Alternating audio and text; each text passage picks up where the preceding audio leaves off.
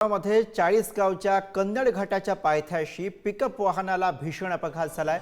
अपघातामध्ये 3 प्रवाशांचा मृत्यू झाला तर 5 जण यामध्ये गंभीर जखमी आहेत। पिकअप चालकाचा गाडीवरचा ताबा सुटल्यामुळे हा अपघात झाल्याची माहिती।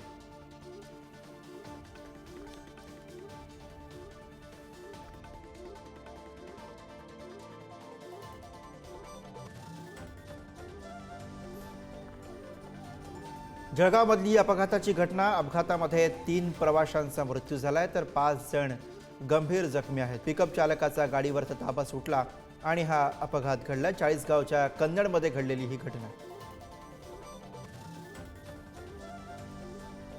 ही अपघाताची दृश्य आपण बघतो आहोत। अपघातामध्ये 3 जणांचा मृत्यू झालेला आहे तर 5 जण हे जखमी आहेत। 40 गावच्या कन्नड घाटाच्या पायथ्याशी पिकअप वाहनाला झालेला हा अपघात।